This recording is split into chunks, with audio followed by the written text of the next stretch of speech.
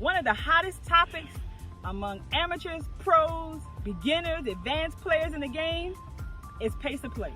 How fast, how slow, who's doing what, who's not doing something, all of the mechanics and everything else that it pertains to getting through a round of golf. One of the things you want to note is that some people play faster, some people play slower, but there is a pace. Typically, for par 3s, it's 10 minutes per hole.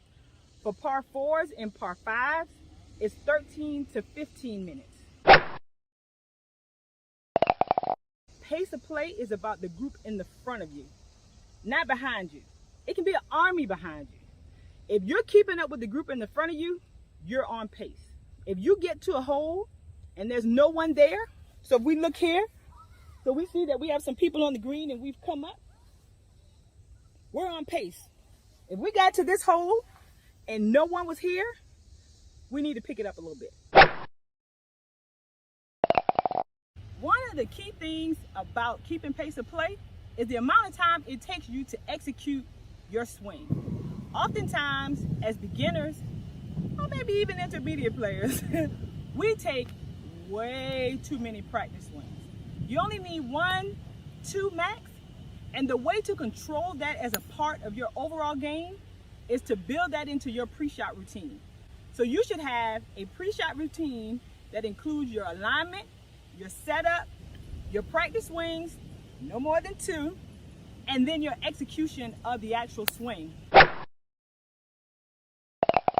When we talk about pace of play, it is about moving with purpose, but also moving efficiently. So in this scenario, in their golf cart, literally one person hit here, they waited, and they drove for the other person to hit here, right? The reality is that you can move your cart into the middle, moving efficiently, and each individual can go their separate ways. One may get a couple of extra steps on their meters, but that's okay. That just means you're gonna win the challenges, right?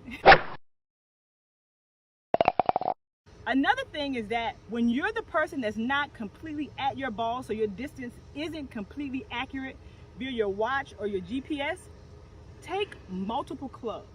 That gives you options, and you don't have to spend time walking back and forth, because that negates our word efficiency.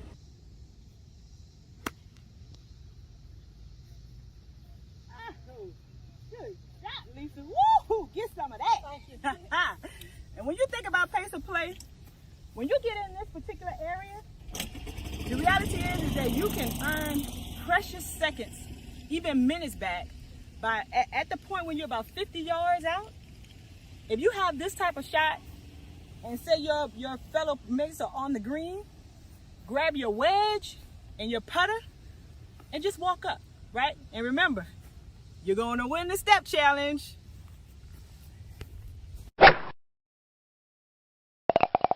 The key is moving productively, moving with a purpose, and at all times, think about efficiency.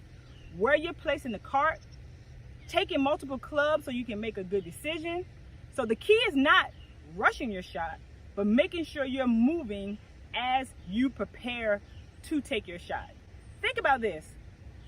Even if it only takes you 1 extra minute on every hole, we have 18 holes. That's 18 extra minutes. Typically in a round of golf, it should take you 13 to 15 minutes for a par 4 or a par 5, 10 minutes for a par 3. So if you have 18 extra minutes, that means you are 2 holes behind and you're not on the pace of play. All right? My name is Ashaunta Epps, and I'm an LPGA golf professional with the Purpose Win Golf in Charlotte, North Carolina. Until next time, I'm out.